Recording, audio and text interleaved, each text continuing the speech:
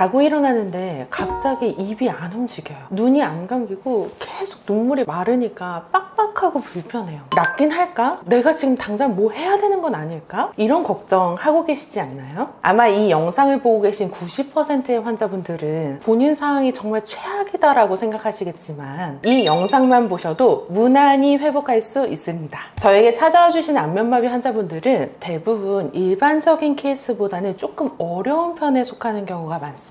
동일한 안면마비라도 얼굴의 틀어짐 정도에 따라서 그리고 신경 손상의 단계에 따라서 내가 언제부터 발병했는지에 따라서 전혀 다른 양상이 나오거든요. 다른 사람들은 일주일 만에 다 나았다는데 왜 나는 한 달이 지나도 두 달이 지나도 세 달이 지나도 낫지 않는 걸까 하면서 인터넷에 찾고 찾다가 경험이 많은 전문가에게 찾아오게 되는 거죠. 제가 2대에 걸쳐서 안면마비 환자분들을 계속 치료해보면서 정말 안타까운 거는 안면마비는요, 내 얼굴이 돌아올 수 있는 기회는 딱 한 번뿐입니다. 근데 어떤 상황에서는 잘해야 되는 거 100가지 하는 것보다 하지 말아야 될 거를 안 해야 되거든요. 그런 것들을 해서 한 번뿐인 안면마비 치료의 기회를 영영 잃는 셈이죠. 그래서 이번 영상에서는 안면마비가 왔을 때 절대 해서는 안 되는 4가지 행동에 대해서 알려드릴 테니까요. 영상 끝까지 시청하시고 안면마비 끝까지 잘 치료하시길 바랍니다.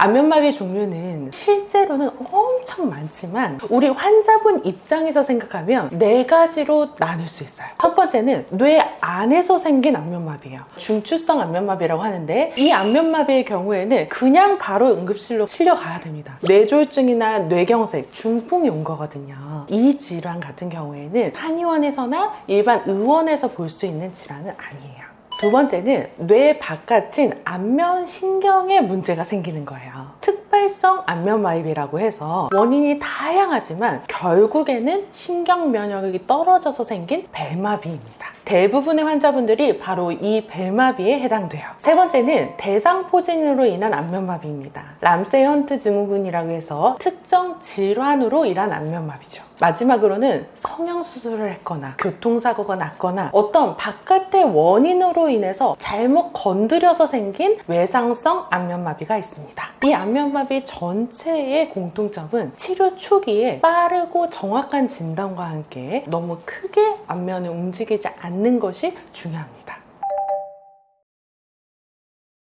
안면마비가 왔을 때 원인과 관계없이 가장 먼저 우리 환자분께서 하셔야 되는 것은 병원으로 달려가는 겁니다. 이거는 의원이든 한의원이든 상관없어요. 치료의 골든타임인 48시간 안에 양안방의 모든 처치를 받는 것입니다. 제가 한의사니까 양방 치료하지 말라고 하겠지? 의심하실 수도 있는데요. 아니에요. 스테로이드 복용을 하지 않고 내원하신 환자분들은 다시 돌려보냅니다. 스테로이드 치료 받으시라고요. 실제로 이거는 국가에서 입증되어 있기도 해요. 보건복지부에서 의안협진사업 중에 양방 스테로이드만 단독 투여한 군과 이 양안방을 동시에 침치료, 한약치료, 스테로이드 이것을 같이 치료한 환자군에서 치료 기간이 2배나 빨라졌다라는 연구 결과가 있어요. 2개가 협진됐을 때 치료 속도가 빨라지니까 실제로 치료 비용까지도 훨씬 더 절감되는 효과가 있었습니다. 안면마비 초기에 조금만 쉬면 좋아지겠지라는 안일한 태도로 이 시기를 넘어가게 되면 평생 후유증이 남을 수 있기 때문에 꼭 초기에 3일 안에 움직이시길 바랍니다.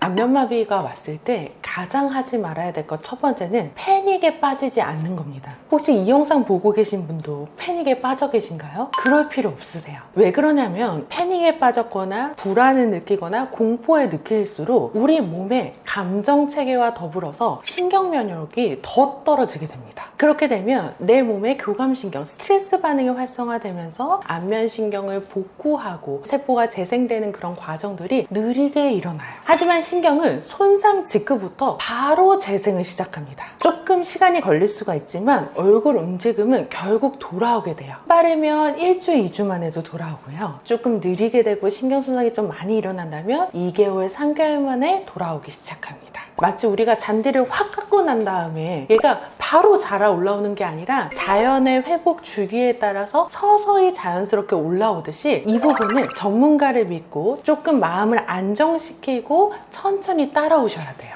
그 다음 하지 말아야 할 행동은 억지로 표정 짓기입니다. 이게 뭔가 안 되는 것 같으니까 특히 초기에 얼굴을 많이 만지시거든요. 오히려 염증이 더 파급되는 경우가 있어요. 그래서 초기 2주 동안에는 억지로 표정을 지으려고 하거나 심한 마사지를 하거나 하여튼 얼굴에 손대는 행동은 하지 말아야 됩니다.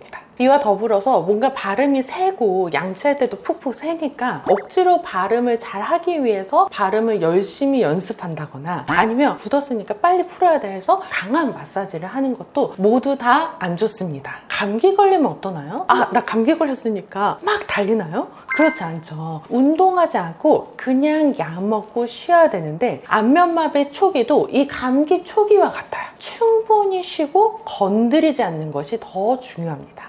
세 번째는 늦게 자는 거예요. 불안한 마음에 자기 전에 스마트폰을 계속 검색하면서 1시, 2시, 3시 이러면서 밤을 새시는 분들이 있으시더라고요. 그거 절대 안 됩니다. 스마트폰 딱 끄시고 일찍 주무셔야 돼요. 왜 그럴까요? 우리 몸은요, 밤 10시부터 2시까지가 가장 많이 신경이 회복되고 근육이 영향을 받는 시기예요. 근데 자지 않고 스마트폰을 하는 것은 나는 지금 빨리 재생 공장을 돌려야 되는데 공장 문을 닫는 거와 같거든요. 나 평소에 야행성이에요, 원장님. 저 올빼미형이에요. 안면마비 환자 그런 거 상관없이 최대한 일찍 스마트폰 끄고 주무시라고 말씀드립니다. 제가 생각하는 가장 최적의 수면 시간은 7시간에서 8시간입니다. 그런데 이 시간을 지키지 못하시는 경우도 있으세요. 그럴 때 조급해하지 마시고 내가 평소에 주무시는 것에서 1시간만 더 잔다라고 생각하고 침대에 누워 계시면 됩니다. 네 번째는요, 산성 음식 먹기입니다. 제일 안 좋은 건요, 가공육이에요. 가공육. 베이컨, 햄. 그 안에는 내 몸에 염증을 만들어내는 것들이 정말 많이 들어가 있어요. 또한 맛을 내기 위해서 뇌를 자꾸 자극한단 말이에요. 그러면 그 자체가 스트레스가 되고 내 몸에 독이 되면서 염증이 있는 상태를 더 강화시키니까 내 몸에 회복할 수 있어요?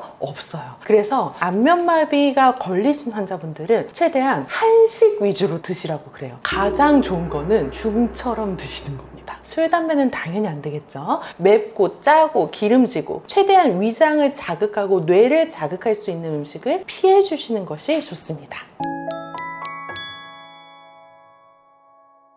제가 오늘 딱 4가지 하지 말라고 말씀드렸는데요. 첫 번째, 패닉에 빠지지 않기. 두 번째, 얼굴에 과도하게 손대지 않기. 세 번째, 늦게 자지 않기. 네 번째, 염증을 일으키는 산성식단 먹지 않기입니다. 이 4가지만 잘 하셔도요, 안면마비 졸업 앞당길 수 있습니다. 안면마비에 관련해서 더 많은 정보가 필요하신 분들은 댓글에 있는 전화번호로 전화하시면 자세하게 상담드리겠습니다. 지금까지 안면마비 완치학교의 민예 원장이었습니다. 감사합니다.